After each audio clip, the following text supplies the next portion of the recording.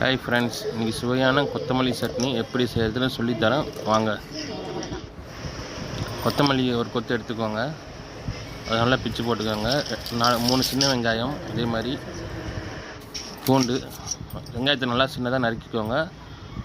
கடாயில் எண்ணெயை விட்டு நறுக்கின வெங்காயத்தை போட்டுருங்க. நல்லா கிண்டி விடுங்க. வரமிளகா ஒரு 3 போட்டுக்கோங்க. போட்டு நல்லா கிண்டி விட்டுக்கிட்டே இருங்க. ஒரு 6 தக்காளி 4 பக்கம் நறுக்கி இந்த மாதிரி போட்டுக்கோங்க.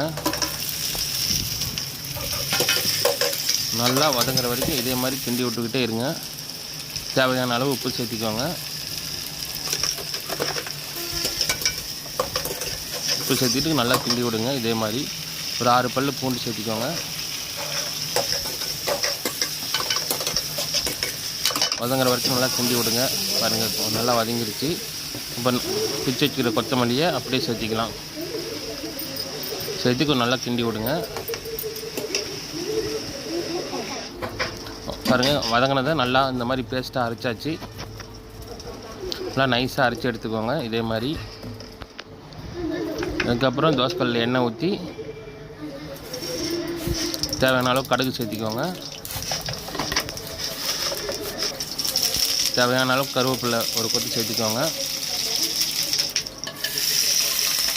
நல்லா தாளித்து இதில் ஊற்றிக்கிடுங்க. அவ்வளோதான் ஃப்ரெண்ட்ஸ், கமக்கும் கொத்தமல்லி சட்னி ரெடி. உங்கள் வீட்டில் செஞ்சு பாருங்கள். மறக்காம நம்ம சேனலை சப்ஸ்கிரைப் பண்ணிடுங்க.